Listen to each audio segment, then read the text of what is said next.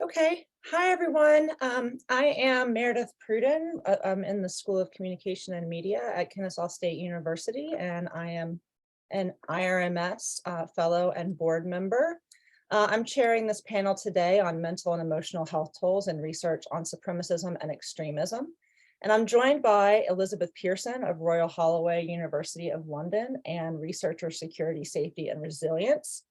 Blue Buchanan, of University of North Carolina, Asheville, who's an IRMS fellow and also a senior fellow with the Center for Applied Transgender Studies, and Alexandria C. Onuoha of Suffolk University, who is an IRMS mentee and board member. So I'm going to take the presentations in the order in which they were listed in what I saw. So we're going to kick things off with Elizabeth Pearson today. Thanks very much for the introduction, Meredith. I'm here to represent the REASSURE project. As you mentioned, there's actually a few of us working on this. It's a project on researcher security, safety, and resilience, and we've been looking essentially at the harms to online extremism and terrorism researchers, not just researchers of the far right, but researchers of a variety of ideologies, predominantly the far right and jihadist. And we have a report out on that in January 2023. So I'm going to talk a bit about the harms that people described. And just before I do so, I'll just tell you how many people were involved. This is kind of a small introductory project. There were 39 participants. They were at universities and think tanks in a Western context in the global North, which was deliberate because of the kinds of threats and risks that people outside that context face. And we had kind of majority were men, 23 men, and we had 14 men and 9 women studying the far right from a variety of different career backgrounds and experiences, but the majority, sort of 2/3, were junior researchers. 3 of the men were people of color, and nobody self-identified as LGBTQ plus or mentioned that their sexuality had been an issue in their research, although probably to no one's surprise, the women mentioned that this had been, their identity had been a factor in the harms that they experienced. So our report looks at harms, it looks at how people deal with the harms themselves, it looks like at how their institutions deal with the harms and how ethics boards had kind of helped or not, because actually only 1/3 of our total interviewees had even gone to ethical approval. And it was very clear that people that we spoke to didn't feel that they had a great deal of institutional support in avoiding harms. And that was something that they wanted more of. And we hope to provide some guidance to people based on the report and a further stage of the project. But probably the first point that I want to make, and it is quite important, is that not everybody that we spoke to reported experiencing a harm. So harm was not an inevitability in doing research on online terrorism or extremism of any ideology, and that everybody we spoke to really felt their research was important. They were very invested in challenging extremism, and that really mattered in kind of their morale in protecting them from the kinds of harms that they did experience where they did. And in fact, 1/3 of the participants generally said that they hadn't experienced what they would consider, bear in mind, we're asking people to reflect on whether they'd felt that they were harmed. So other people looking in might think, you perhaps have been harmed. But so not everybody experienced harms. That's a really important thing to say. The second point is that our interviewees looking at far right material we're describing very types of materials to those that, for instance, people looking at jihadist groups like so-called Islamic State, the material was different. It was, and some people, of course, were studying both. It was far less brutal visually. There were fewer executions that people were seeing, and yet they were not reporting that the harms were any less significant. So those harms were still, for those who were harmed, they were still significant. And this was because even though the material was less brutal, it was highly hateful. You know, one of the participants, I'll read what they said in their interview. This was a guy in his 30s, researcher. He said he was researching jihadist as well as far-right material. He said, I've seen a number of jihadist execution videos, and you can kind of mentally prepare yourself for that. You know something gruesome is coming, whereas just watching hours and hours of far-right videos just kind of wears you down. And by the end, I just felt kind of apathetic about life.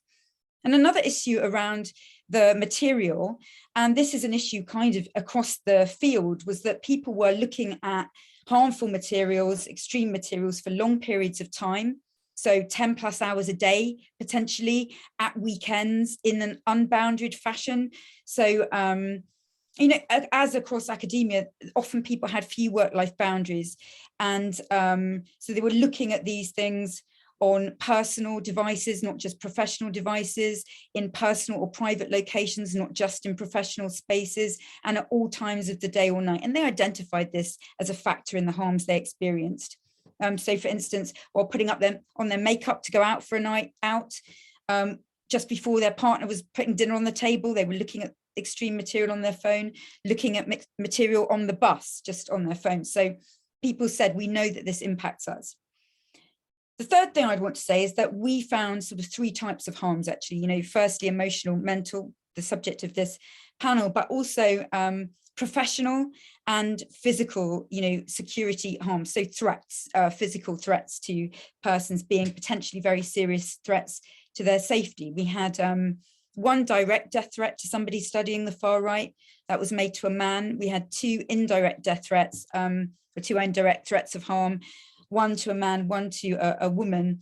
And we saw also a potential attack on a building. So there was an arson attack on the place that someone was living, and they didn't know who caused it, but at the time they were being trolled online. So they were extremely fearful that this had something to do with the trolling by far-right actors online. And they said, you know, if you have a family, you have to take responsibility for their well-being as well. So they were very concerned about how to deal with that. And they'd gone to the police, they'd obtained a security alarm. So this isn't just about, I'm not diminishing mental and emotional harms, they were significant, but there were also physical sort of threats to people's self, which was something which clearly impacted on their emotional well-being. People were changing their routines, they had a great deal of fears around being watched.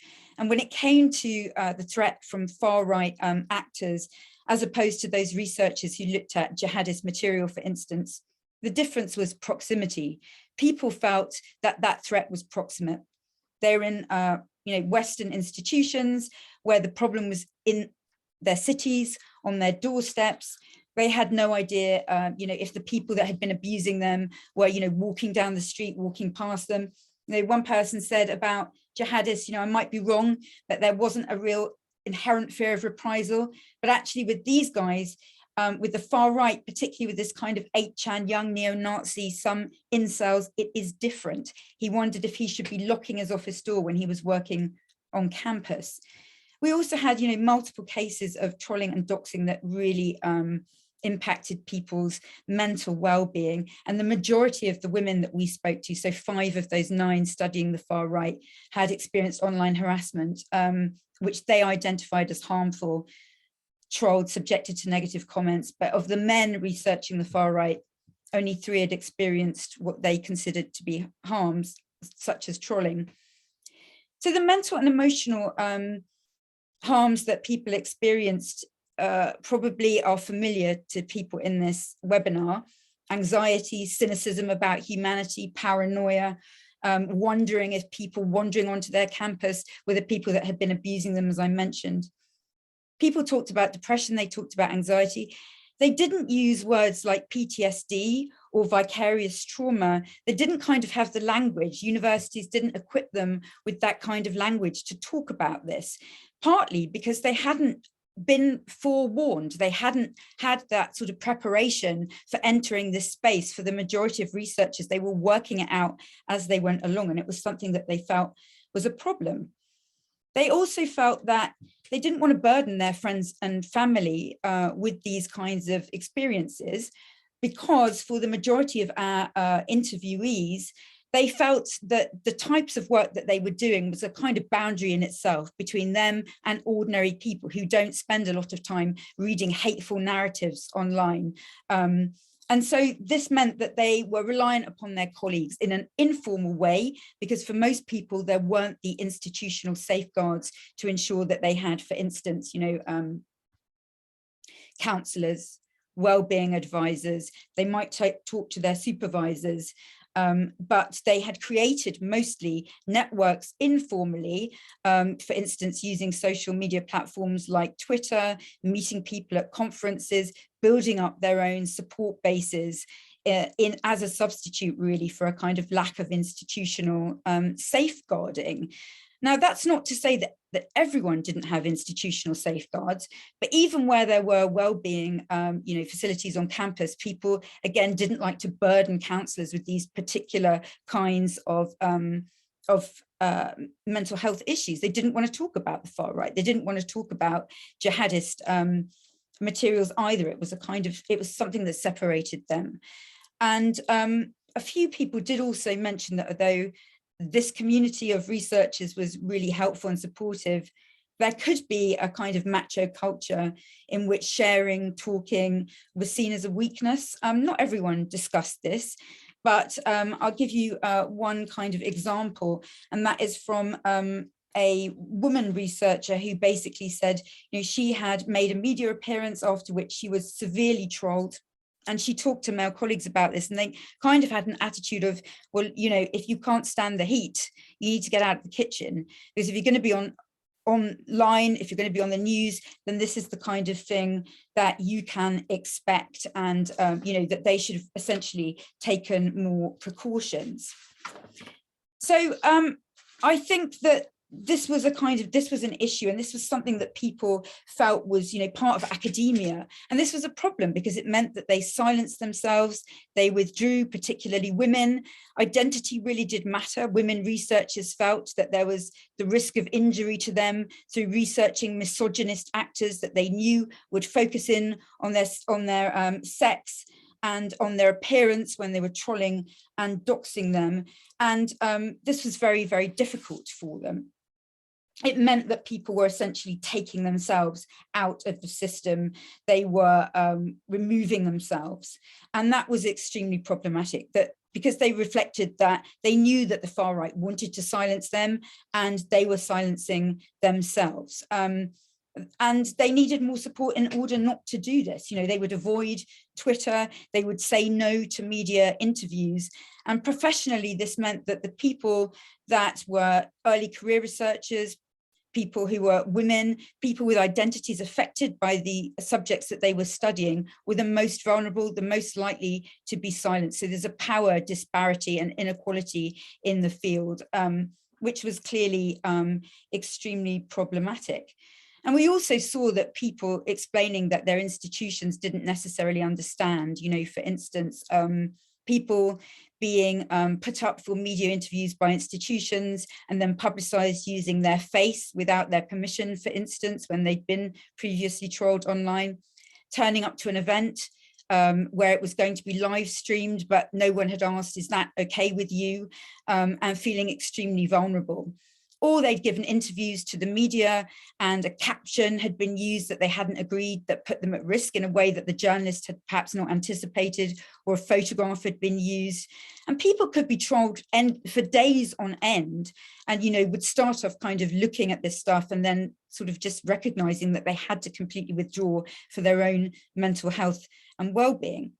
And in our field, where academics, researchers, visibility, impact is part of professional progress, if you are feeling that you have to withdraw because of your identity and the way that your identity is specifically targeted by the people that you are researching, and there's a lack of institutional support in this, then that is clearly problematic. And this is indeed what people were reporting to us. So I think I would sort of finish, if I don't want to sort of overrun in terms of time, by saying that we saw that there was a real need from the researchers, even those who did not say that they had been harmed, recognized that there was an institutional need for far better safeguarding, protections, and institution of support and recognition of identity as a kind of, as a factor in the harms that people were likely to experience. And one of the things that the project I'm involved with, REASSURE, aims to do is to try and provide that guidance so that people aren't on their own, because they were managing, they were mitigating the harms, but they were doing this often in a very ad hoc way that was something that was to the detriment of them and their institution, essentially. So hopefully we can continue sort of discussion around this in the Q&A, but thank you very much for inviting me to be part of this panel, and I look forward very much to what Alexandria and Blue have to say on this matter also. Thank you. Thank you so much, Elizabeth. That was really interesting, and I'm looking forward to unpacking more in the Q&A. Absolutely. Next up is Alexandria. Yes, thank you, Meredith. Thank you, everyone, for coming. I'm going to share my screen. Let's see if I have those capabilities. Yes, I do. Awesome. Great. Can everyone see that? Excellent.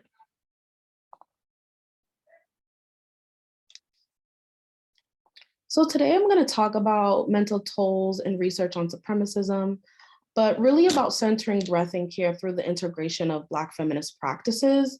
I think in hearing what Elizabeth, you had to say about the REASSURE portion, I think so much of that is important. And also, how do we move beyond, like, we know this is happening, but how do we move towards actually creating some interventions, some strategies, just from a psychological perspective, and also a positive youth development perspective as well.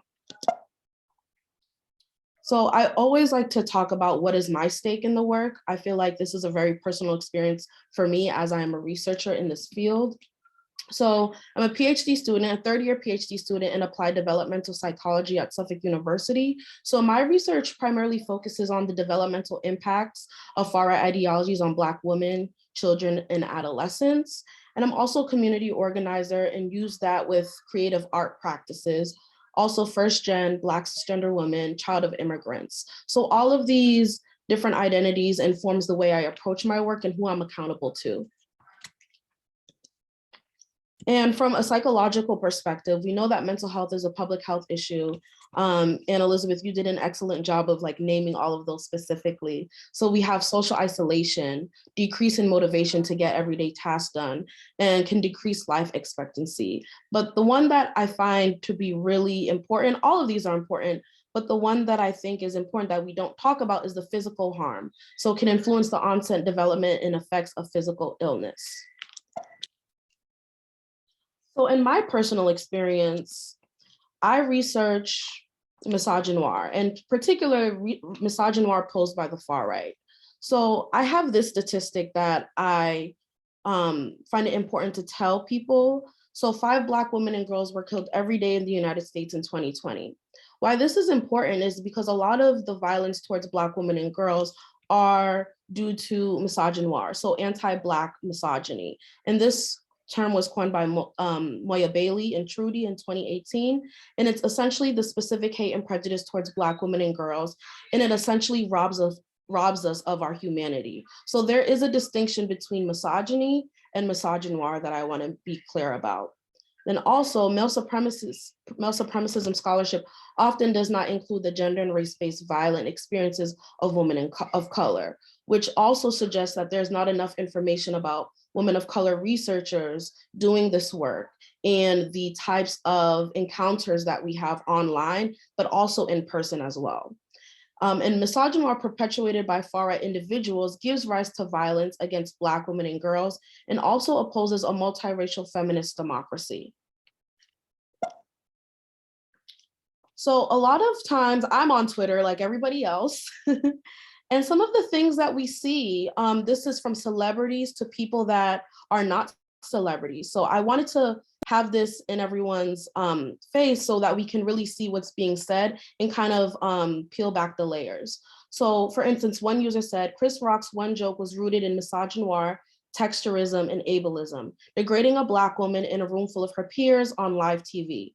The fact y'all don't see that as violent is beyond me. I'm not gonna get too much into the Chris Rock scenario, but you can Google that. But essentially, this was a joke made about a Black woman, and that denotes misogynoir, and publicly embarrassed her. Then we have Megan Thee Stallion, who is a famous hip hop artist, and she has recently gone through some trauma, particularly violent trauma. And on Twitter, she said, "Black women are so unprotected, and we hold so many things in to protect the feelings of others without considering our own. It might be funny to y'all on the internet and just another messy topic for you to talk about, but this is my real life, and I'm real life hurt and traumatized." And then lastly, this last example is really crucial to my research, because I often use this example to really think about the emotional impacts, particularly among women of color and Black women researchers. So Leslie Jones, who is a famous comedian, she was set to be on the reboot of Ghostbusters, and a particular far-right individual did not like that, and instead what he did was kind of influence an influx of other far-right individuals online to call her names, compare her to like animal-like creatures, and basically just all of the things that you would put in a box of misogynoir, and to the point where Leslie Jones had to get off of Twitter. And this is one of many, many examples. There's also examples where I have gotten hate messages, and I had to think to myself, how do I deal with that? What are the resources that I have? But I wanted to put this out there because sometimes the mental health and emotional toll, when we think about that, we don't necessarily think about it in like the Twitter context, and particularly towards Black women. And I think that's really important in our discussion. So this leads me to questions of how do we show up for ourselves and take care of ourselves while doing the important work? So we know the effects of doing this research, but how do we move towards social justice practices, and how do we move towards actually feeling good about doing this work without losing our souls? So if academia and industry won't show up, we have to work in unison to address these tolls. So I'm coming from more of a community organizing standpoint where institutional responsibility is crucial. It is important, but I also feel as though that when we create communities among each other, we can really show up for ourselves and provide support so that we can get the work done, but not at the cost of our existence. So I use Black feminist theory, Black feminist thought in my research practices, but I've realized that a lot of these research, me using Black feminist thought as a methodology is also can be used in my everyday life as I'm actually doing this research. So the first practice I think is this idea of multimodal methods. So when I'm thinking about multimodal methods, we often think about using different ways in your research to like address research questions. For example, if I'm working with young Black women and young Black girls, and I'm trying to address, their meaning-making experiences of fascism or something similar to that. And I'm not only going to ask them questions, maybe they want to draw, maybe they want to write, maybe they want to do other things. So taking that similar example to my personal life and saying, what are some of the other ways in which I can kind of tap into that allows me to do the work, but also center myself. Like I said before, I'm very much a creative person. So that is something that I would tap into. So I also want to make a note that all of these practices will vary.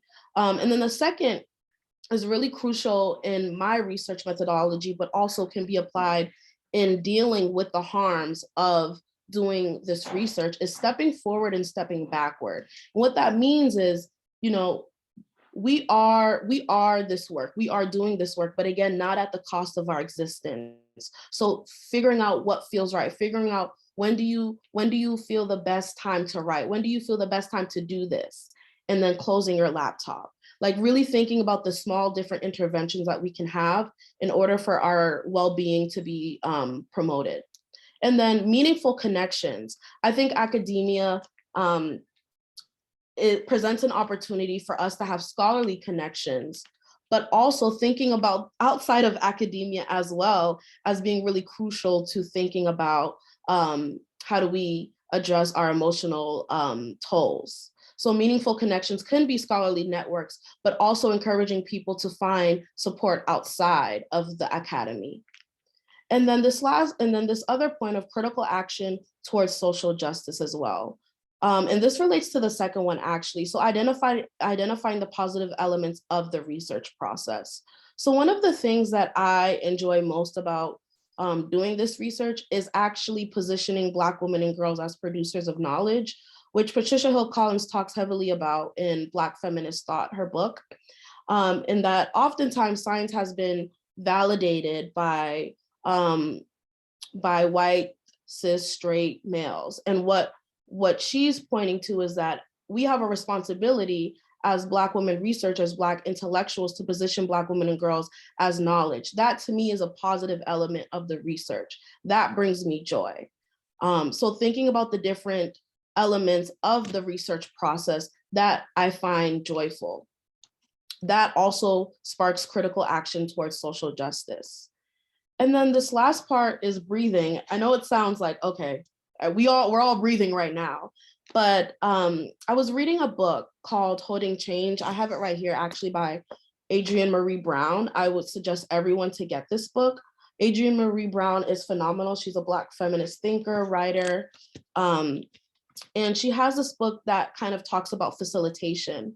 And I'm gonna get to one of the things that she says later on. But I also wanted to bring up the other Black feminist theorists that have talked about rest, that have talked about grind culture, that have talked about all of these things that impact our mental health. So Tricia Hersey, who is the author of Rest is Resistance, I believe it's a new book, I haven't read it yet, but there was a recent New York Times post that she was featured in. And one of the things that's featured in her book that they noted was that she said, grind culture has normalized pushing our bodies to the brink of destruction.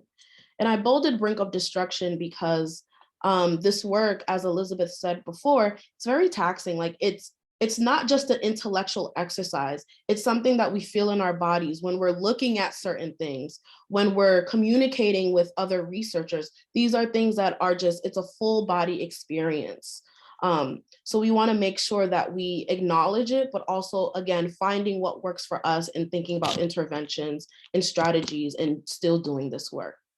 Next, we have Audre Lorde. So Audre Lorde said, caring for myself is not self-indulgence, it is self-preservation, and that is an act of political warfare. So again, we really have to center ourselves so that we can not only get the work done, but also just be human and be ourselves as well. And I really like that Audre Lorde talked about this as political warfare, because I think it aligns well with what Tricia Hersey's book about rest as resistance. And I think as someone who's in the psychology field, I think there is a lot of focus on resilience, and resilience is important to study, but I also think we have to think about a psychological strategy of resistance, like the difference between resilience and resistance. And I think that's important in this conversation as well. And then lastly, we have Toni Morrison. The very serious function of racism is a distraction. It keeps you from doing your work.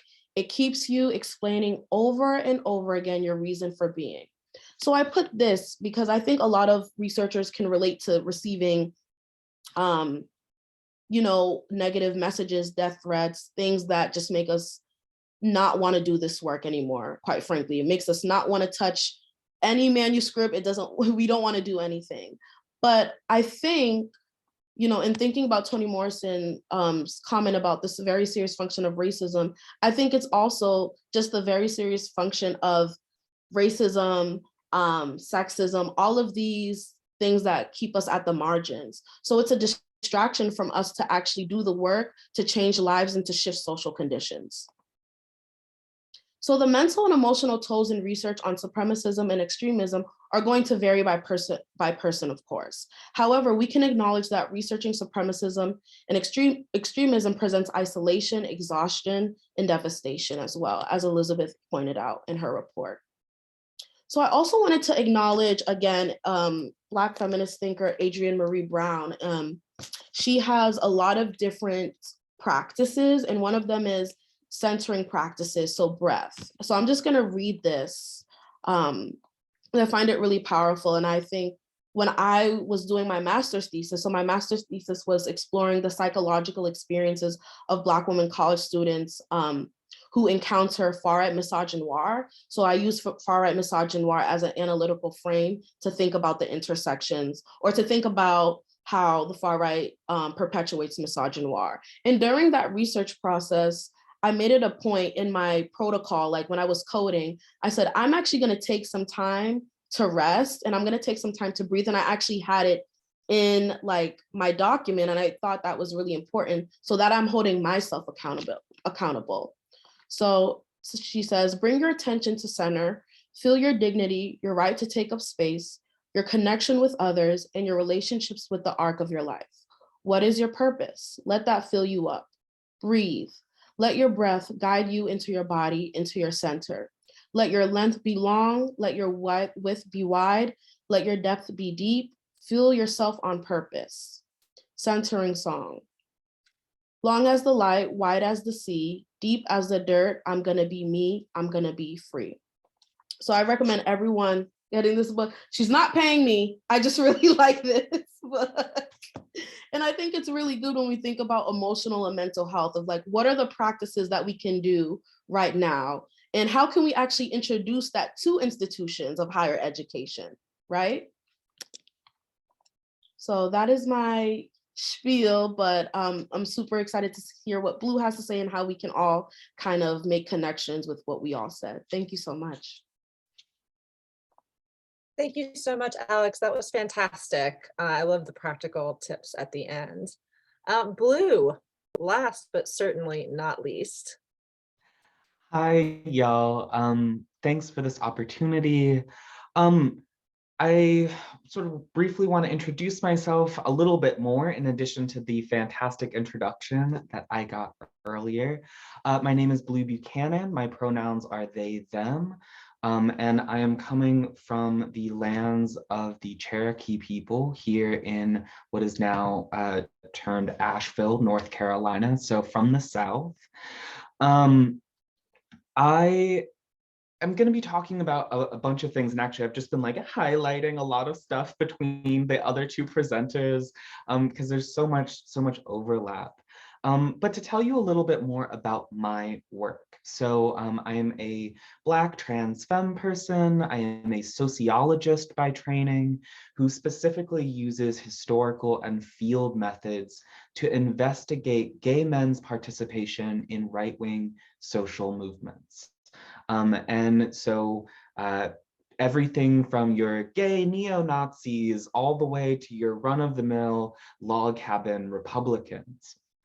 And so part of what I am going to be trying to communicate through today's presentation is less perhaps of a study on mental and emotional tolls and more talking about my own experiences with those tolls and sort of what are the tools and strategies that I've drawn on in order to understand my work and to like make that work sustainable when so much of what I'm reading is directly about my non-existence, right? Or about violence against me, about violence against my communities. And in particular, there are three sort of central things that I'm going to be drawing on throughout the presentation today. The first is about disability studies. And the importance of disability studies to thinking about rest, to thinking about care. The second is Black feminist thought, because look, if there's something that I want y'all to walk away with, it's the recognition that we do not have to reinvent the wheel, right? There is a long tradition of folks who have confronted extremist, authoritarian, supremacist violence, that is historical, right? And so we don't have to only think of ourselves in isolation. And even when we can't find connections with, say, other people in an institution, we can find connection with the radical traditions and roots that we can pull from, right? And the last is really to focus on this material practices aspect. Like, what are we doing?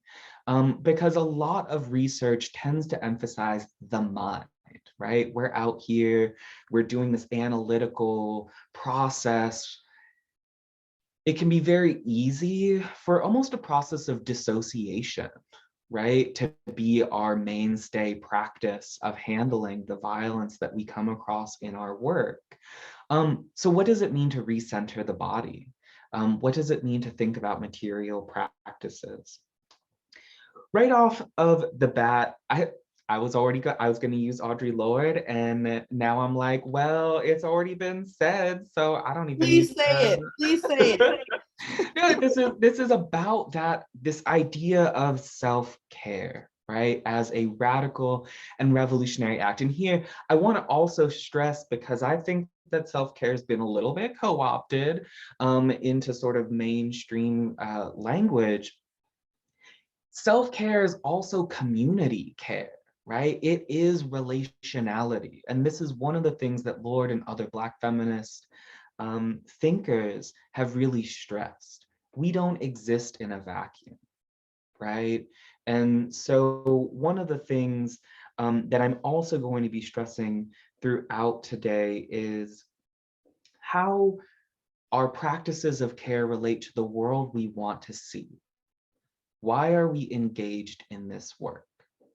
And this is incredibly important because so much of what we are wrestling with as researchers is sort of the grimiest, darkest parts of the political rhetoric of our time or historically, right?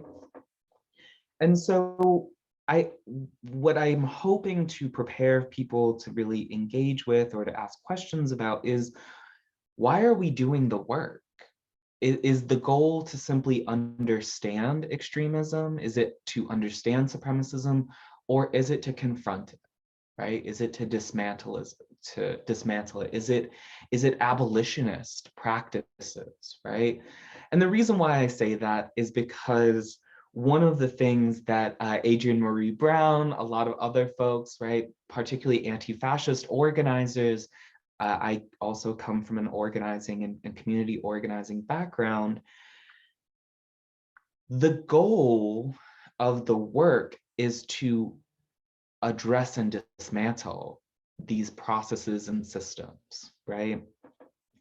And one of the main things that these processes and systems ask of us is to throw ourselves, to sacrifice ourselves, right, onto the sort of, I think I put it in one way, the sort of pyre of white supremacy, right, or of male supremacy. Like, we need to sacrifice ourselves in order to stop supremacism. What folks like Maree Brown and others have argued is that it is equally important to the work of confronting this violence to have practices that embody the world we want to see. Does the world we want to see have us sacrificing ourselves? Does the world that we want to see embody burnout? Is the world that we want to see and the research we want to see founded on dissociation, on sort of self-harm? No, or at least I would argue for myself that that's not the case, right? The world that I want to see is a place where, as we saw with our centering exercise, where we have dignity, we have and make space for one another. And so the question of, well, what is the world we want to see? that's going to really lead us into this question of material practices, right? What are we doing on the ground in order to address these problems of isolation, exhaustion, etc.? Something that stood out to me from the earlier presentation, Elizabeth, was about this concept of institutional harm. And here again, to return to this, the world we want to see, the institution is not set apart from the extremism, the authoritarianism that we are immersed in. Right? And so to think about the institution and some of the reasons why the institution doesn't address the problems of harm to researchers, right? So for example, and I can't speak to a transnational context, but to speak on sort of American IRBs, the idea is that the IRB process is meant to protect the research subject, not the researcher. Right? The researcher is assumed to have all of the power. We're the people with the institutional background, the resources, quote unquote, right? And so because we are positioned as those with power, the IRB is not really concerned with like how we are going to stay safe, right? And so, for example, you know, I'm about to start a series of interviews with right-wing gay men. I was out here being like, I am going to make a Google Voice account that's separate. I'm not trying to be out here with all of my data and information, right? IRB doesn't care about that. They're just like, oh, well, how are you making sure that those interviews, right, interview data don't get out into the wider world? Like, okay, that is important. And I don't want to underplay that it is important to treat our research subjects with dignity, and the institution isn't going to be looking out for you as a researcher because it isn't interested and actually has a vested interest in ignoring systems of power that it also benefits from.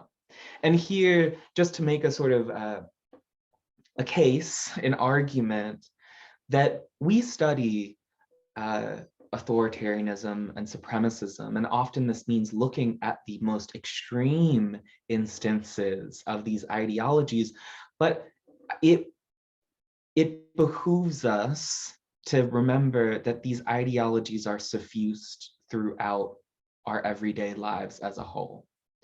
And so a lot of the tactics and strategies that we use as femme folks, as people of color, right, to navigate the world, those are things that we've already have a toolkit that we can use and deploy, right? Because the university, the institution is still out there being male supremacist, white supremacist, etc. This also comes down to how we deal with isolation and the question of security. So interestingly enough, again, Elizabeth sort of brought up, like, how do we have security and feeling paranoid and feeling isolated? And what happens when people are like gonna show up potentially at my office, at my university? How do we keep ourselves safe? And here, again, I want to draw on the long tradition of Black and radical organizing that discusses non-police security intervention, right?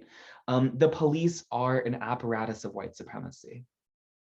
My own experiences with the police can also resonate with them as a male supremacist institution, right? So how do we find safety when the institutionalized avenues of quote unquote safety and security are just another instance of these same forms of harm? And there are a ton of people out there who have been doing amazing work on transformative and restorative justice practices, on the idea that we are the ones who keep each other safe. If anything, and I do want to name that with the Q Club shooting, right? Certainly that is weighing on my mind and maybe weighing on others' minds as well. This is a question. How do we keep each other safe? What does this look like? And this is where the Black feminist thought, the disability studies, all comes around or comes together into a question of material practices. One way that that our research on authoritarianism and supremacism can feel isolating is because it has us in our heads, right? There is a number of strategies and tactics that we can use to feel rooted and grounded. One of those is like, do you know your neighbors? Like, I feel like like, oh yes, we got on, like, we're here on this panel being like, oh, you know, the fancy ways that we deal with emotional and like mental, but knowing your neighbors, for example, for me, is a way of being like, if I had somebody show up at my house, do I know the people who could show up, right? Do I have people that I can rely on in those instances to have my back, right?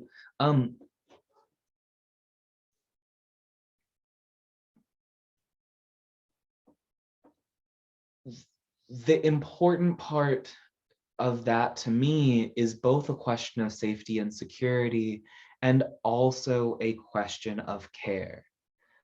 Are people showing up? Can people care for me? And can I care for other people, right? Because it's that process of reciprocity that keeps us from isolation, right?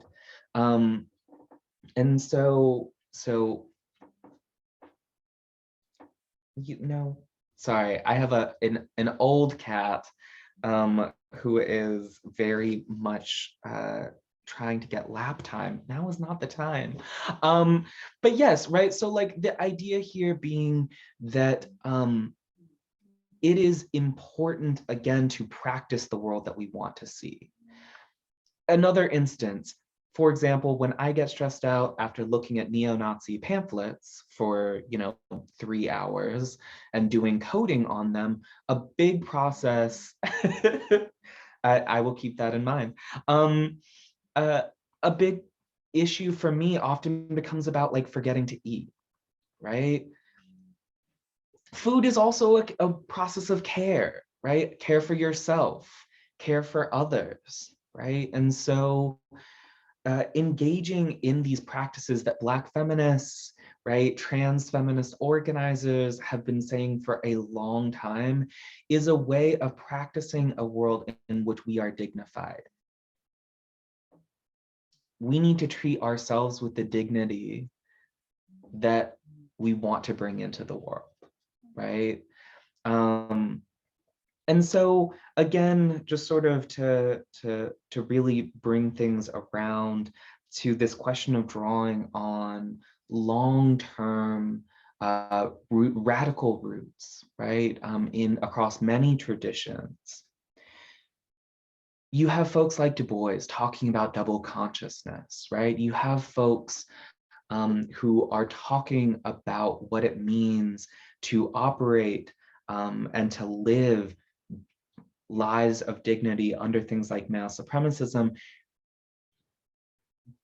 Read those things as well. And this is where I think, again, something that has been incredibly important to me has been that even as I'm engaging in this work, I am also learning more about my own communities, roots, and organizing practices against those things, right? And that doesn't necessarily mean sharing sometimes the toxicity of what I research, right? But I don't have to. Like when I'm out with other trans femme folks, do I need to say that white supremacy is out here being trash? No, I don't need to reiterate the toxicity of what I'm studying, right? Folks know it, folks are living it. We can get to the joy making part, right? The resistance part. And so again,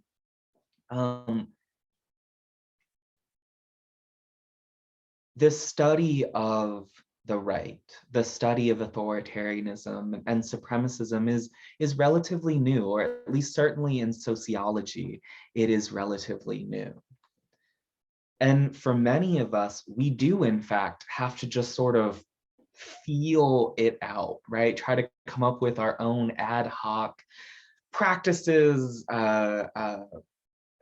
ways of coping amidst immersion in these forms of violence.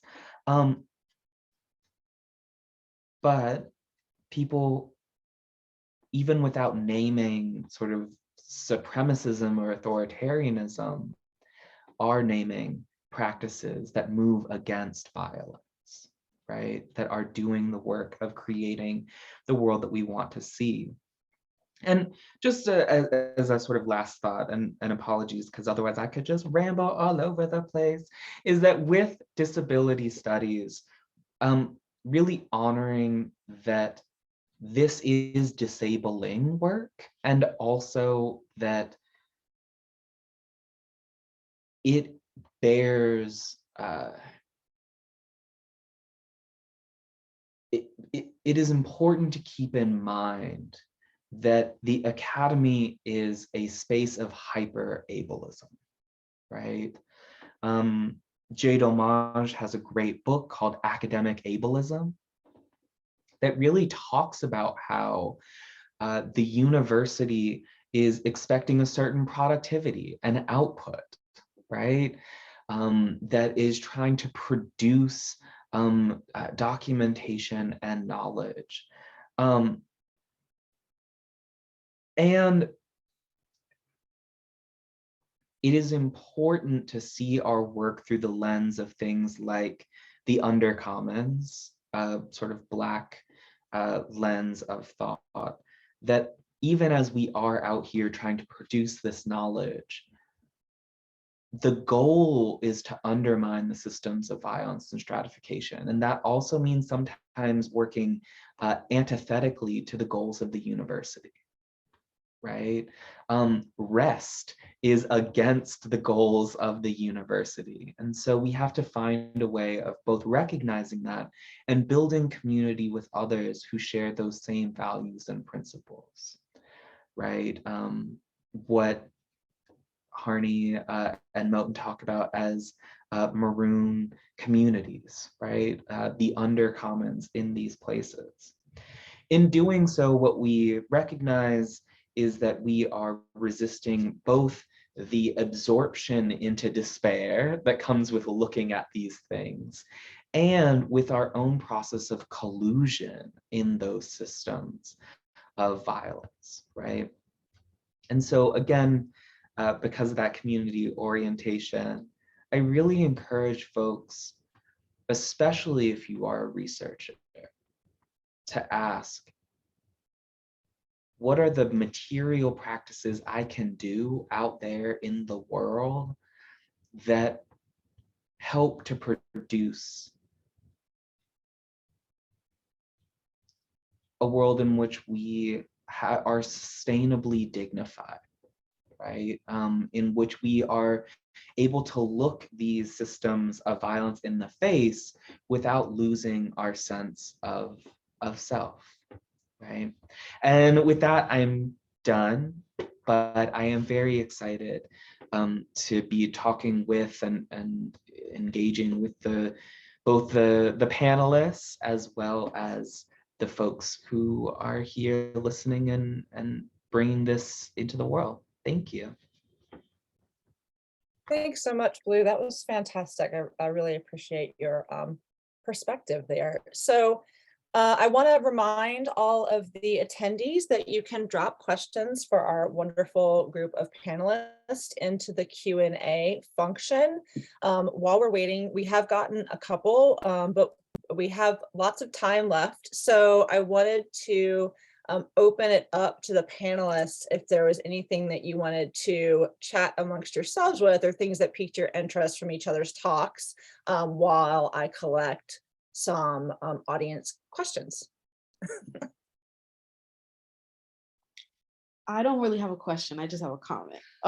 Blue, I really, Blue, I really liked your, I really like what the question that you said, like, why do we do this work? Because I think in my perspective, I need to check myself too. Like, why am I doing this work? And I think a lot of us are doing it for an intellectual exercise. And I think the point that you're raising is like, okay, but what else? Are we actually moving towards liberation? Are we actually moving towards dismantling systems of oppression?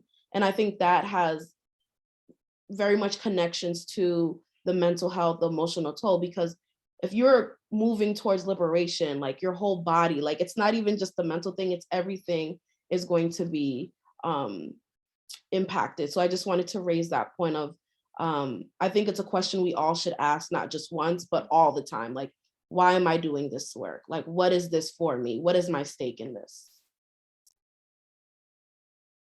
I completely agree with you there, Alex. And I think something important to acknowledge as well is that when you move away from a purely intellectual exercise toward activism and liberation and right with clear normative commitments in mind, oftentimes that is not particularly well received in certain arenas of academia. I know that from my own work, often in the big mainstream flagship journals, they will say, well, your normative commitments are showing this has no place in social science, right? With the method.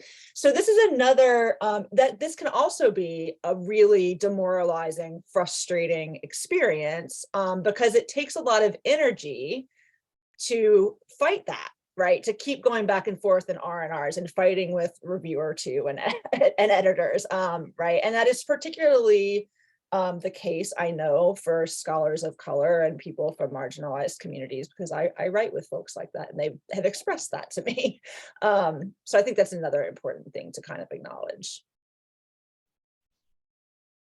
Yeah, I just, the reviewer number two. Ugh. I mean, I think that just to maybe add to this, right? Like one of the texts that I assign when I teach feminist theory, right? Bell Hooks theory as like liberatory practice, right?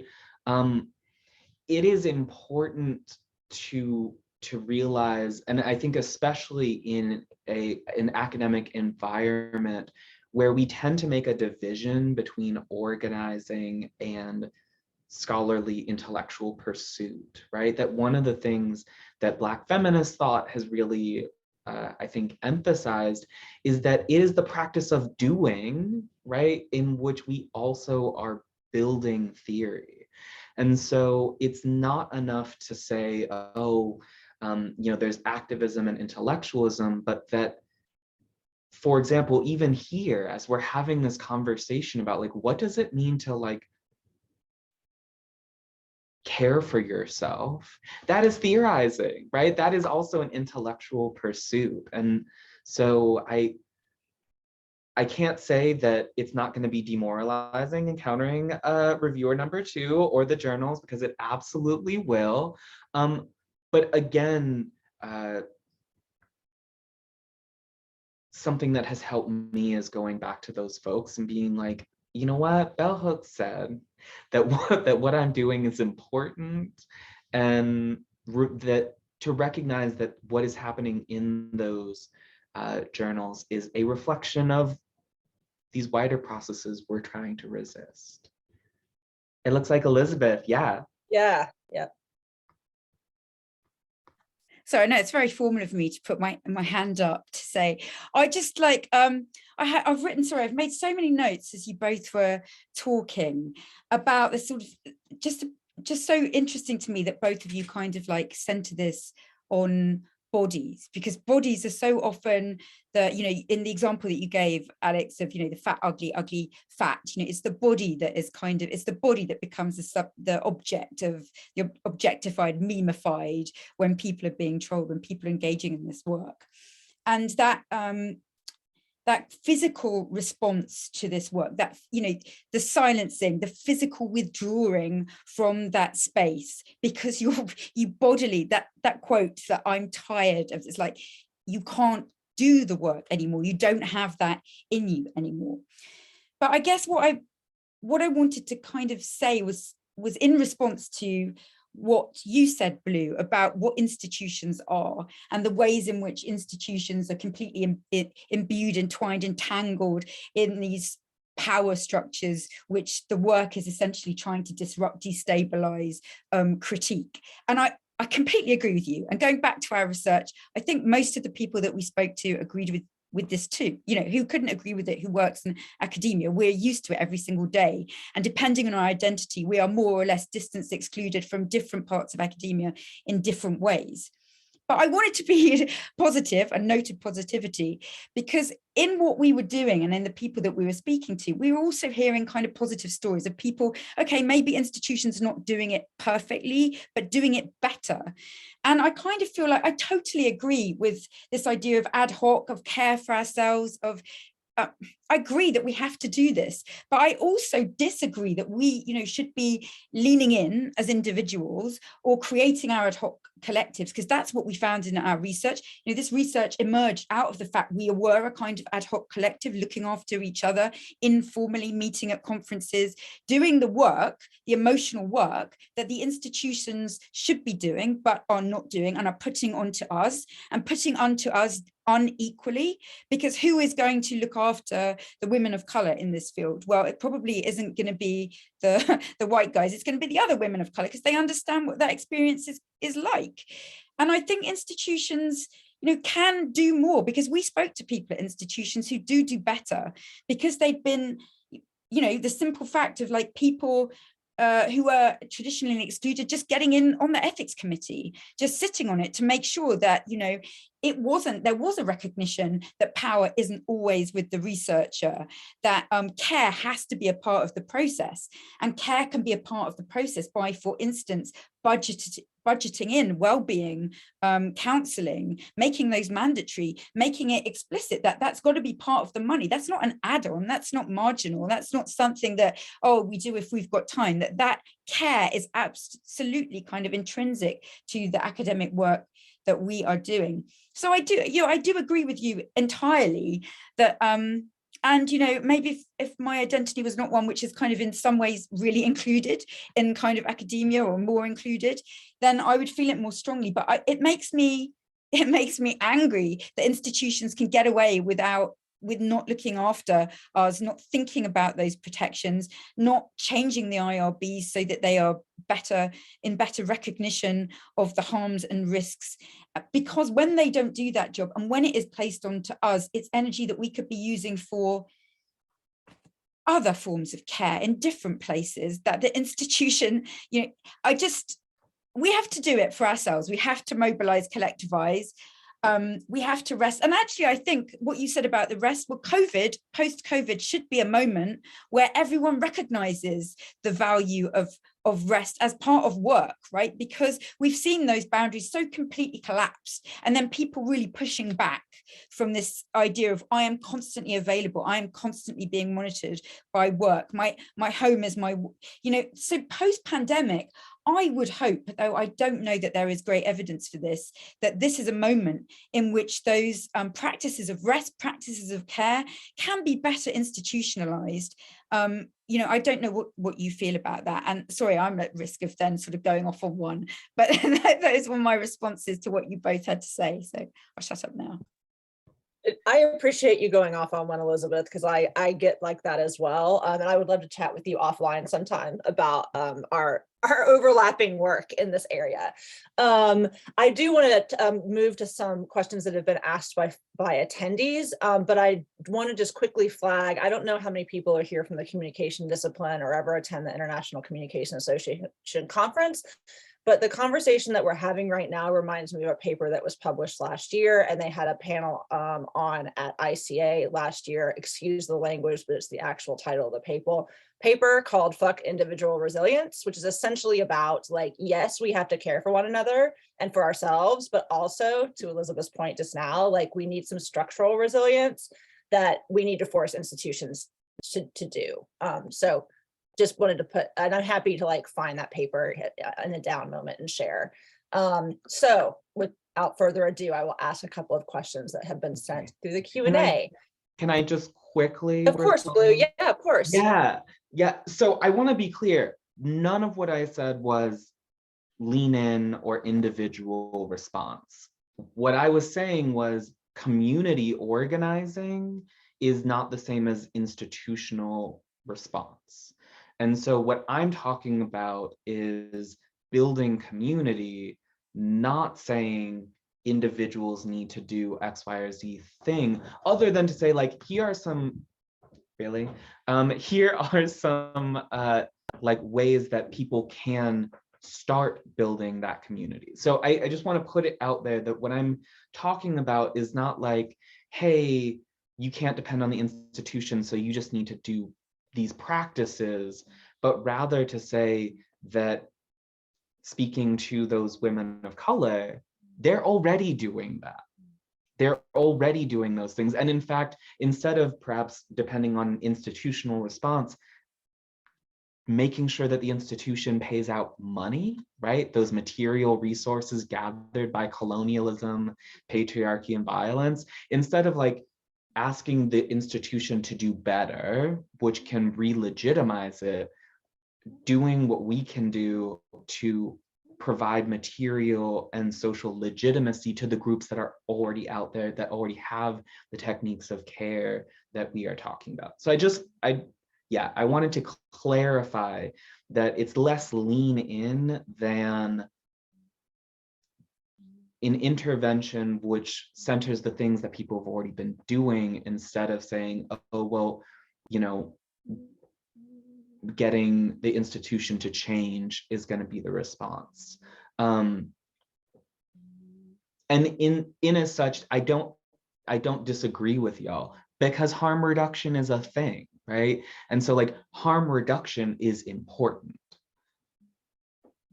And one of the key things of harm reduction is recognizing the limits of those policies, interventions, etc., into institutional environments. Absolutely. Thank you, Blue. Those are fantastic points. Appreciate that. Alex, see your hand is up. Yeah, I just wanted to make a quick point. Also, what Blue said is making me think about the piece about joy making too, as well. So I think in thinking about institutional responsibility, institutional support, like yes, institutions have a responsibility to do that, but also as a community organizer, I also believe in creating spaces, like having marginalized groups create spaces for themselves as well, because that is an act of resistance, like joy making and that experience. So just wanted to hold that together too. But I absolutely agree with Elizabeth, in that we need our institutions to like get with the program, right? Like we really need them to do that. And then also making space for, you know, students of color, LGBTQIA plus students to really create those spaces that they want in response. So, and I'm thinking, I'm gonna put a link to an article, but there's an article by Johnson called Joy and Resistance, like in Ferguson. And I think that's a really good article in thinking about what does that look like in times of distress, in times of race-based violence. So I think that also connects with this. And yes, I'm like the cat's so cute. I'm like looking at it. It's fluffy. Sorry to get I know we're all distracted by the cat now, which as I typed earlier to privately, their cats are always welcomed at IRMS events, as are puppers. So all right, thank you for that, Alex. Those are all great points. And I think I tend to think of it as kind of a both and, but I definitely take Blue's really important point is that there is no reason to reinvent the wheel when there are generations of scholars who have already done this work and put their backsides on the line to do it in many cases, that we can draw on in really meaningful ways. So Heron Green Smith asked, I work at a nonprofit and we lack institutional support. I've created a ton of informal networks of support and some formal, and we're working on building worker power, but we're struggling to name what protections are means tested. Do we know what safeguarding, protection, support, and recognition have been successful?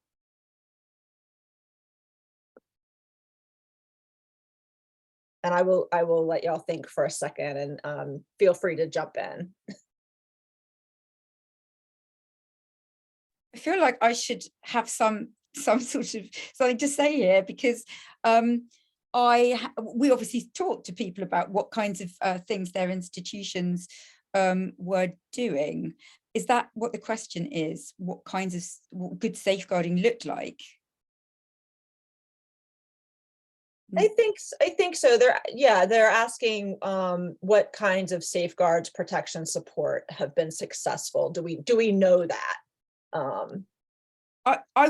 I will just say the next stage of what we're doing is talking to institutions outside academia about what kinds of things work, because academia, we had an initial workshop in September, and academia is behind, by which I would include sort of NGO think tanks, when it comes to like tech journalists, security people, like, you know, the police who are dealing with harmful materials very often, or health workers, therapists. Many institutions outside of academia have got pretty good institutional safeguards, partly, if for nothing else, they're worried about being sued. You know, if you look at the big techs, they're like, with the content moderators, they're already being taken, you know, there've been cases where they've been taken to court. So, okay, they're not maybe doing it for the right reasons, but they're doing things. So those safeguards, you know, one thing that came out of this workshop was that, you know, academia is behind. Other people are using language, you know, things like trauma-informed intervention, moral injury. It's a term which we heard quite a lot from tech companies. So having to do work which was in direct conflict with your identity values, with your moral values, which of course the work that we're choosing to do is in conflict with that, but how our institutions look after us also being in conflict with those values. And I will say that people did report back on things that had worked at the workshop and in our interviews with people, but they were very diverse because they depended on the people, that it depended on the specific cohort and what they needed. But one thing that did come through was this idea of mandatory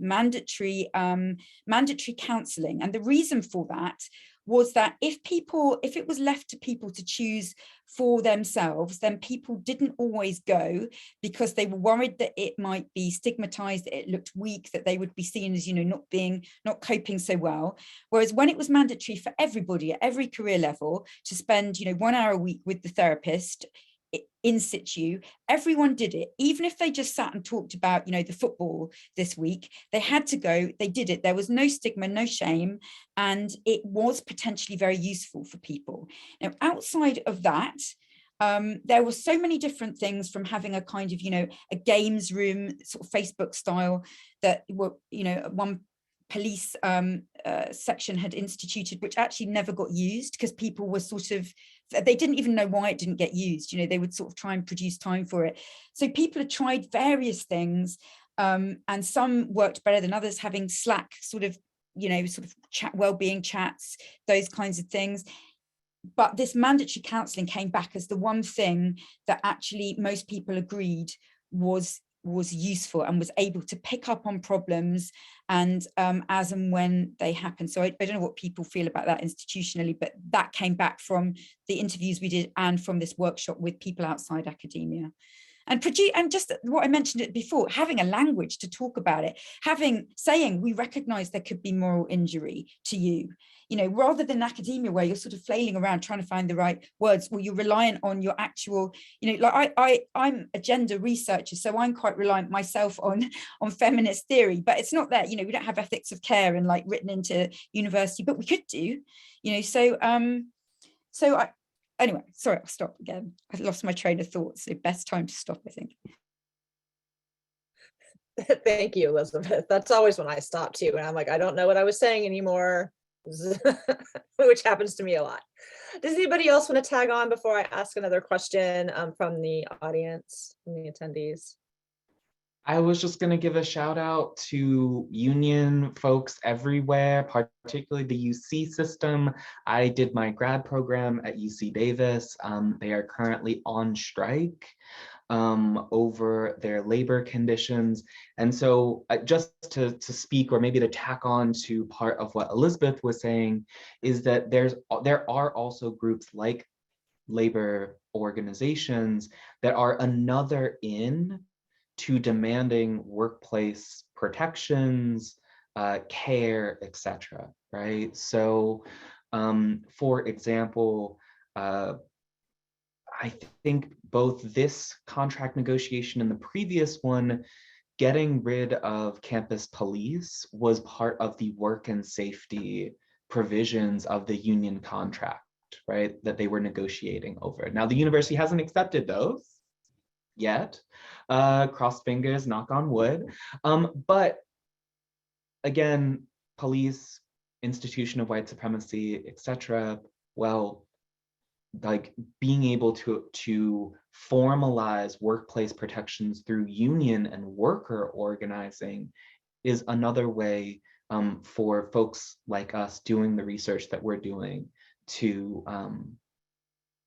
for the university or the institution to take us seriously. So just a shout out to labor power right now. I have one thing to say.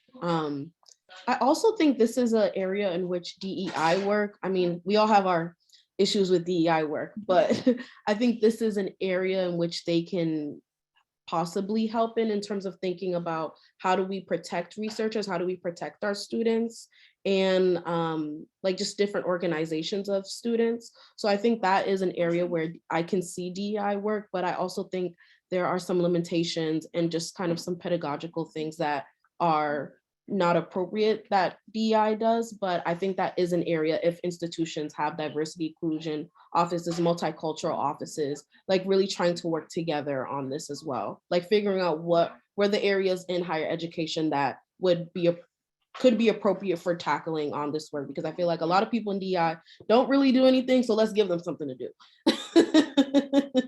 Well, I just very quickly, I'll talk to you more in depth later about it, but we actually reached out on my campus to the DEI office to talk about research related trauma and like what we might be able to work together to do. And they were like, we are not equipped for that. We have no idea. So I was like, awesome. So yeah, well, we can have a conversation offline about that. So our next question is from Emerson Hodges, and who asks, I've worked for about 7 years in this space, and I've experienced a lot of physical symptoms of stress. I'm also a trans man looking at anti-LGBTQ hate. My mental health has become my physical reality. It's a very draining experience. I'm curious as to what the recommendations are for such a level of recuperation required to maintain myself in this work, because it is beyond the mental, but a physical strain. Great question.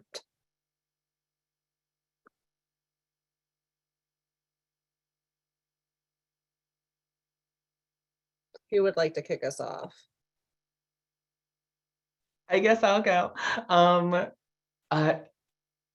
So first off, I just want to note that I hear you, and I have felt very similar experiences with the work that I do, particularly as another trans scholar. In terms of what are practices that help recuperate or heal, both that is both mental and physical, there are a number of different things that I found that have helped from therapy. Speaking on like, hey, mandatory counseling can be a good thing. My therapist has been really important to prepping me with tools, for example, that help with dissociative responses that I get following sort of the process of traumatizing and re-traumatizing myself doing this work, right? So there's lots of grounding exercises, there's lots of processes in order to step back. I also do things that are more sensory related when I specifically move away from my work. So for example, I like to garden. So I'm always out there just like pulling some weeds, and it can be like small little things that get me out of that headspace, right? That's just like humanity sucks. And like, this is really terrible. And why do we do things this way? I also, random thing, I also have chickens. So like I'm like go out there, do little things like collect eggs and like walk around, spend some time in the sunlight, right? And I know that these sound maybe silly and small, and I do want to note again, because I really want to stress the point about like individual responses are not enough. But often we ignore the little things for like a silver bullet of health. That's like, if I do this thing, then it won't hurt so much. I don't think, at least I can't offer like a silver bullet response, but rather I have like a constellation of practices that I use to be like, I'm in community. I'm in community with the land. I'm in community with other animals. I'm in community with other people. And that seems to have helped me also recognizing that when I rest, I am modeling rest for other people, right? Often I would feel guilty and bad about like canceling a class, for example. And my therapist was like, didn't you tell them that rest is important? And I'll be like, yeah, I did. It's important for other people, but it shouldn't be important for me. Like, again, thank goodness for therapists out here pointing out the inconsistencies in the practice. So yeah, I would, again, so much of what we've been talking about is somatic, right? Again, just to use some language that might be helpful for folks to talk about their experiences. Like when we're talking about somatic, we're talking about the bodily experience of trauma. And not just trauma, but like our experiences of our bodies. And so addressing the somatic responses to the violence means actually taking stock of our bodies and like looking at how we're feeling. And just as a sort of ending note, and not to again speak for all trans folks, but I do know that I've often had issues around that trauma, specifically from a trans perspective, because I've had a hard time feeling connected to my body, right? My body has often been a place of violence. It's been a place that I have dissociated from. And so again, practices of joy making that are intentionally about finding joy in your body is, I think, a really important step towards the healing process and making space for that. But I'm excited to see what the other folks have to say. I think that's a really great point. And I think Emerson, your question, thank you so much for being vulnerable and sharing that experience. I also connect this question with starting these conversations early, like especially for graduate students, where I think some of us that are researching this work, it's really hard for us to say no to our advisors, or to say no, like, I can't really make this deadline right now because something happened in my family and this happened. So it's like, from personal experience, I've kind of dealt with that, trying to figure out like, how do I say no and how do I center myself? And I think if we start like having these conversations among graduate students even before that, like it helps develop that practice as we get into someone who, you know, will work in this for 7-8 years. So I always think about also like the preventative measures too, like what are the mechanics that we can put in place right now, and to encourage young scholars to really take a stand and advocate for themselves and say this and request the support that they need. Thanks, y'all. Really great points all around. I'm going to move on to another question because we have a handful left in about 20 minutes. So I want to be sure we get to them all. This one is from Bruna Silveira de Oliveira. Apologies if I did not pronounce your name correctly. They say, hello, everyone. Thank you all for this so important session. I have one question. Currently, there is a huge discussion about scientific communication. However, how can we think in safe spaces to talk about our research outside the academic environment in this context of violent extremism against our own bodies? I'm going to rephrase this. I think that this person is asking about more popular press style writing, so public scholarship, and not strictly academic writing is what but please, Bruna, if that is not what you're asking, shoot me a quick message and let me know.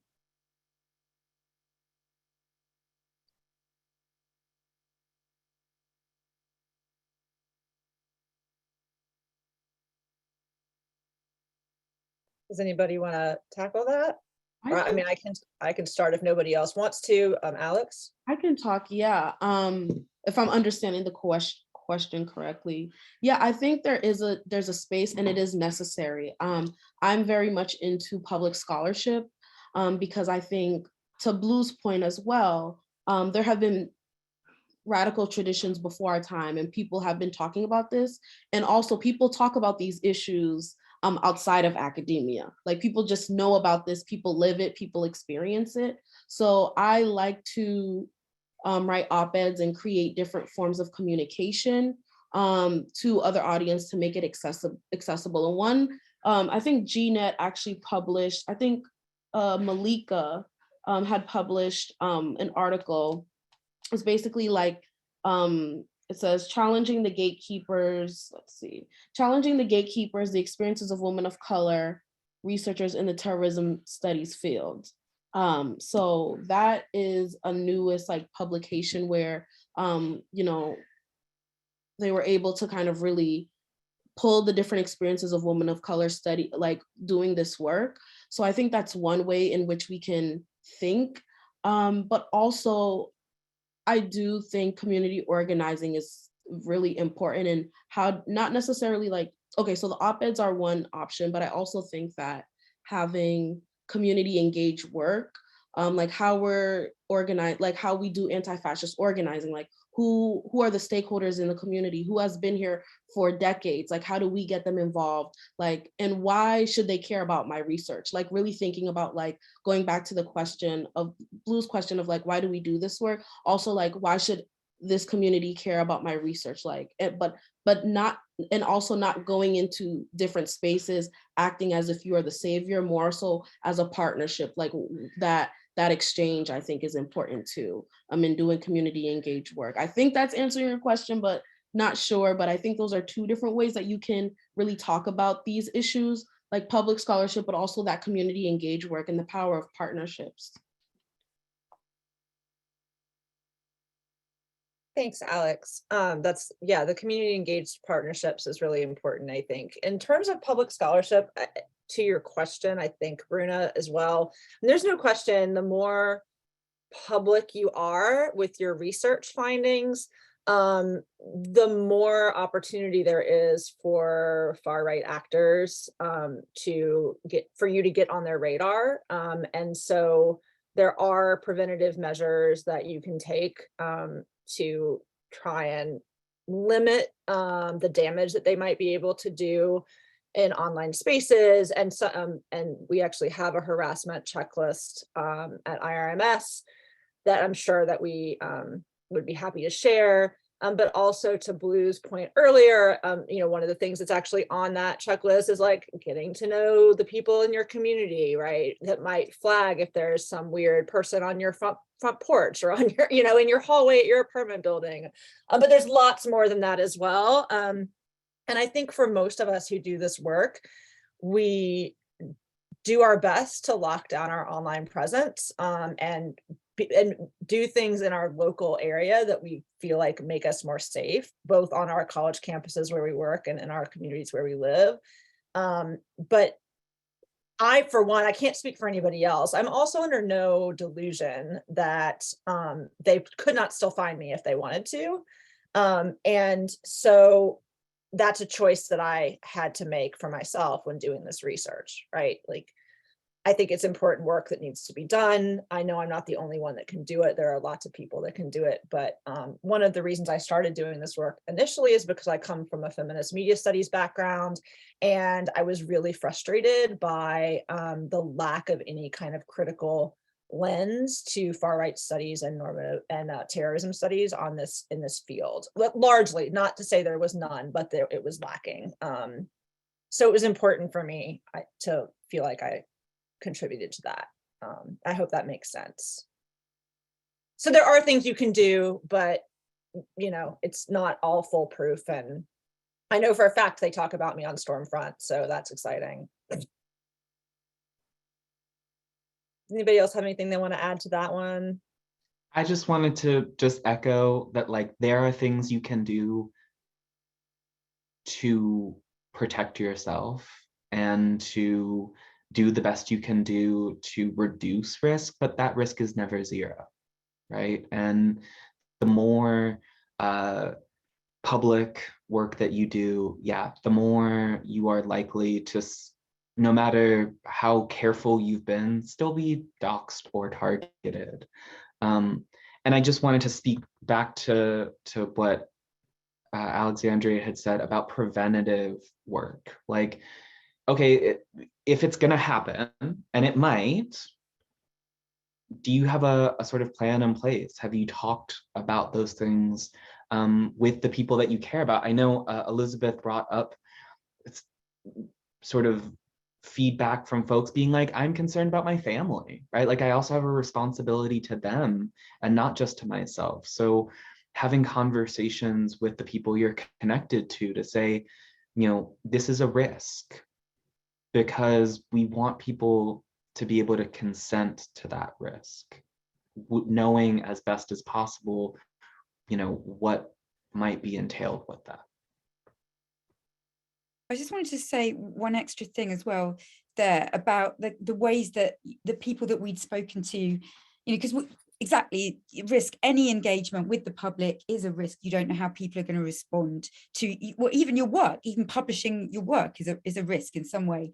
But if there is a kind of media marketing team where you are, whether that's in a university institution, not everyone has them, obviously, but if you make them very consciously aware of the risks to you specifically, potentially the worst case scenarios of being publicly named, of providing op-eds to people. And when you speak to journalists or whoever you engage with in order to kind of put your work out there outside of academia, making them aware of the potential ramifications and the importance, therefore, of checking with you, know how your work will be used, know where it will appear, know, ask those questions and get people to say, if they can't guarantee that you can see the copy, for instance, before it goes out, then you'd rather not participate because the risk is simply too high. I mean, those are the kinds of things that people fed back, and that they'd learned by process of things going wrong, basically, to do this and to be more assertive, rather than thinking, I'm so grateful for the opportunity to put my work out there, which you can obviously feel when you're in early career research or any stage, to be quite honest. It's like, who wants to read my work? I'm so grateful someone's interested.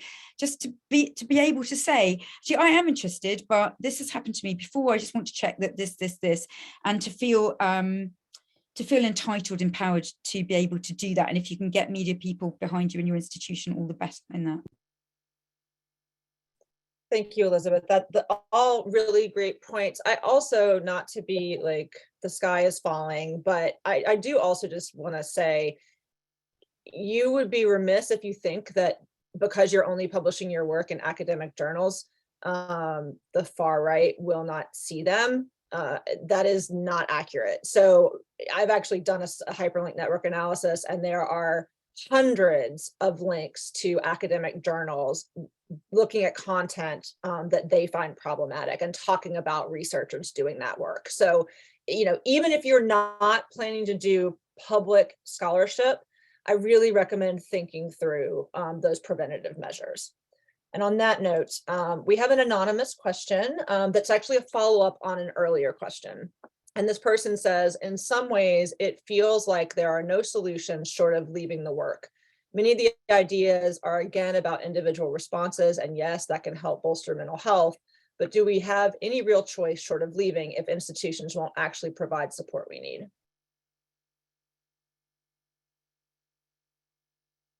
Sorry, I just want to respond to that. And I think, the other person who spoke about the years of physical stress and on their body as well, I think you do. I'll give you a personal example, right? So I did my PhD research talking to people in the far right and then talking to sort of jihadists as well. And then I thought, oh, I need to get a book to do with this. And then like, it's taken me ages because I just find it so, I just get really tense every time I even look back at the transcripts. And I've thought many times, oh, I'm so sick of this, or I do something else. Partly why I was doing the research project, REASSURE project, sorry, researching, talking, because it's something different. And I felt like this will be helpful, but I actually have to engage with any of the extreme content. And then, seeing that other people are saying, I think a lot about stepping away from this. And, stepping away being, an option, maybe like the last option, or maybe not the last option, because you can step away and you can come back. Well, maybe you can't have choice about that, but you can step away for a while, but you have to know what your limits are. You have to have personal limits. You have to exploit your community around you as a resource, of course. But ultimately, if you feel that things are too much, we can step away in academia. We can say, we'll look at something else for a while. We'll look at a tangential project, a side issue, which isn't going to harm us, but which we can feel good about, because feeling good about your research is really important in building your own resilience, knowing that what you're doing matters. And I don't think that it's always wrong to step away, to step sideways, to focus on something else for a while, and then maybe return when you feel ready, because this work is difficult, and it is physically difficult, as I think Alex and Blue sort of talked, and we've already had expressed in the questions. It can be hurtful and harmful, and there's no shame in stepping away for a while to regroup and do something else. And that's what came out of the REASSURE responses that we had. It's not an endurance test. It's not, it's not like who can keep in this the longest whilst they're going crazy. It's not, that shouldn't be what it's about. It's about our own integrity, sort of bodily, emotional integrity in doing this work. And, stepping away for a while is not failure. Yeah, I just want to build off of that because just as an example, so research, right wing, right, gay men. I also do research on like collecting the oral histories of Black trans folks. Like that has been a way of recharging my batteries, right? It's to like step away. Like those are transcripts I'm not afraid to read, right? And so, again, just as an example of that practice, I think that that is incredibly important. And I also just want to add, and I know that generally the goal of this panel is to be like, here are the resources so that you can keep doing it. It's also okay to say you can't do it. And I do just want to sort of recognize, yes, we can figure out ways to sustain ourselves in the work, but I also appreciated what Meredith said about like, the work will get done. It doesn't have to, it's not a sort of like, I have to do the thing or else it doesn't happen. Like, it is okay to not do things. We have a right to refuse processes that hurt us, right? And so,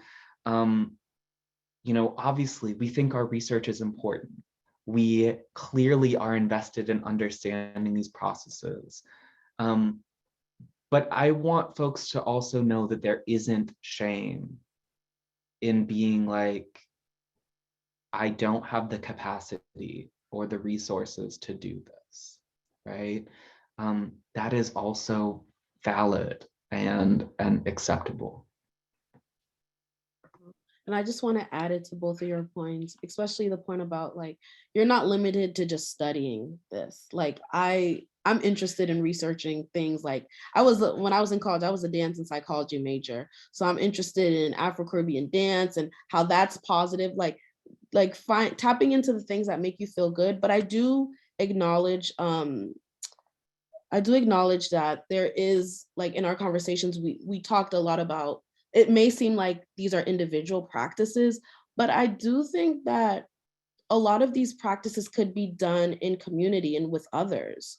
For example, like writing groups, like if everyone's working on a manuscript that is talking about similar topics, like with regard to the far right, maybe before you actually start writing, you set some group agreements, set some affirmations, set some norms together and build that community. I do think that there is a certain level of, not necessarily accountability, but just like initiative, I think that I wouldn't be in this work if I didn't feel like things could change. So I'm going to actively, try to create community, and I'm going to try to see who else wants to create community too. So I think we all have a role to play in this. So I do want to acknowledge that a lot of these practices may seem individual, but you can do this in community with others.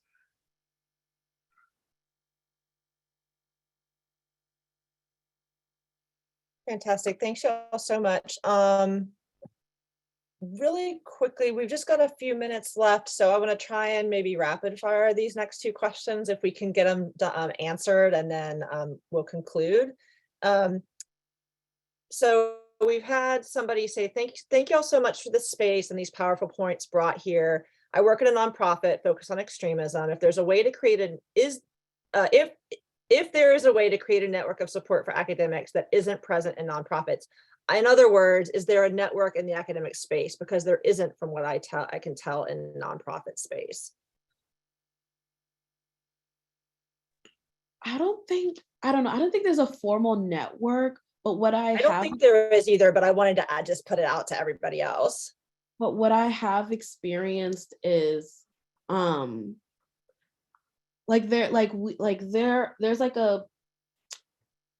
there's like a signal channel for like people of color that's doing research on male supremacy. So it's not formal, but like that's kind of what I was talking about before, but like different pockets, like people trying to create things, and hopefully with time it grows and grows. But to your point, Meredith, I don't know if I'm not aware of anything formal, but I do think that's also like still powerful to try to figure out like what can we do now, especially because I think we're all like in different areas of the world and like really trying to find community. So online context I think is really helpful for that, but I'm not aware of anything formal.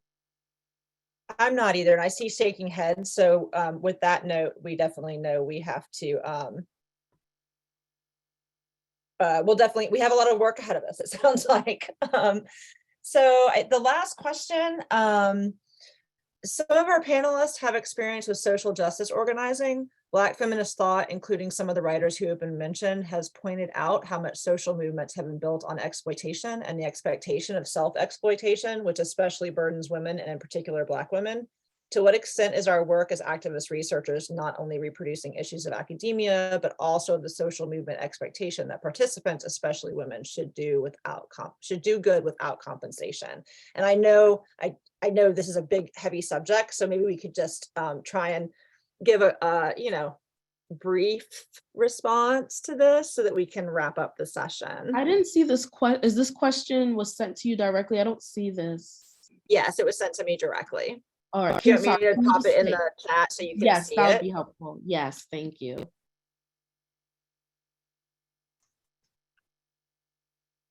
Yeah, especially how big the question is. Yeah, exactly.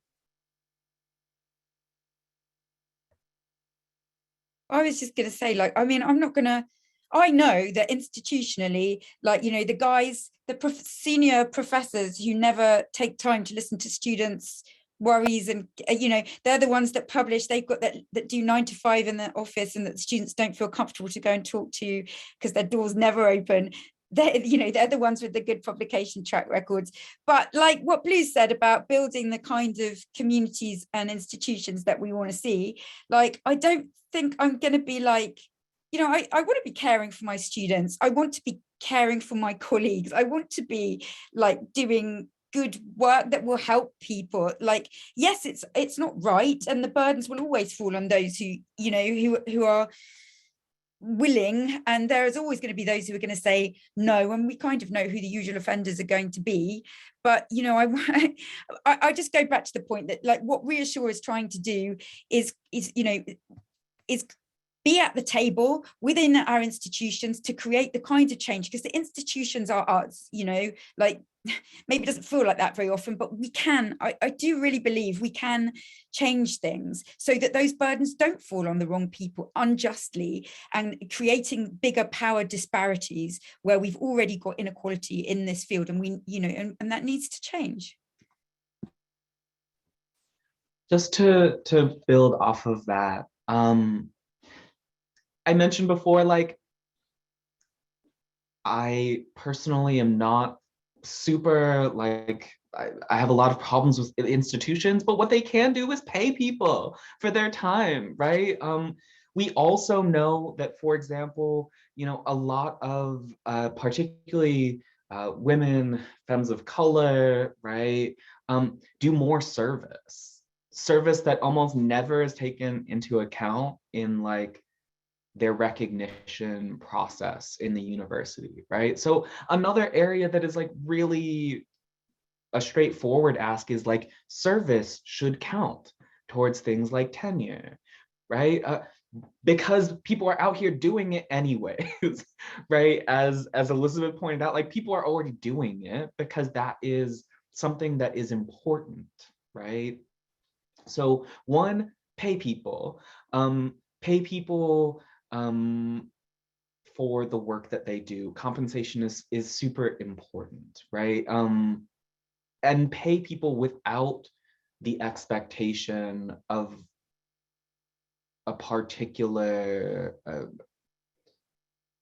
product, right? Dare I say a little bit of a like anti-capitalist payment point of view. The other thing that I do want to note or don't want to be left out is that boundaries are incredibly important, and especially for again, if we're talking about the Black radical tradition, we're talking about Black feminism, boundaries are incredibly important for folks. Part of what we model when we do say no to things, even when it's like, I know that this is, you need this, you need me. Saying no is also modeling that world you want to see, where you have the ability to say no, right? And so it is really, really important to exert boundaries and to honor each other's boundaries as scholars, right? As we're trying to form this new community of folks that hasn't existed or really has only existed in a really nascent form. That we recognize each other's boundaries and capacities, what we can and cannot do. A big part of that Black feminist thought has been saying things like, Black women are not going to be your social movement workhorses. We're not going to be out here doing all the work for y'all while you deprioritize things that are important to us and to our dignity, right? Boundaries. And so, yeah, I think that if we want to avoid that same process of exploitation, we can take the tools that Black women particularly have used in social movement spaces, and we can apply them in the same way. And just to end with a connection to what Elizabeth had said before, is like, with media requests, you can say no. It is okay to say no. That is another way that you avoid that process of being exploited without compensation. Oftentimes with these media requests, right? You're being paid in exposure. Exposure that we may not want in the first place. But the idea of being paid in exposure, right, is this process of working without compensation.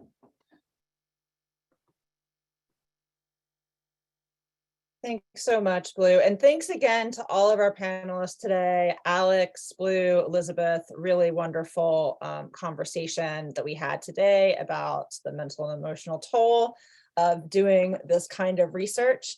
For the person who asked about advice for emerging early career scholars, please email or find me on Twitter. It's my only open social media, so you can find me pretty easily there. And I will be happy to chat with you about some places that you can connect with folks doing work in this field. So I do want to just remind everyone that the next session today is on digital security. And I also just want to mention that our fellow and mentee program at IRMS offers a really supportive community and space for working on these subjects. And we have an open call right now for both mentees and fellows. So if you're interested, if you're not already connected with us and you are interested in doing that, you please, by all means, reach out. And I will also drop my Twitter handle in the chat, and you can reach out to me as well.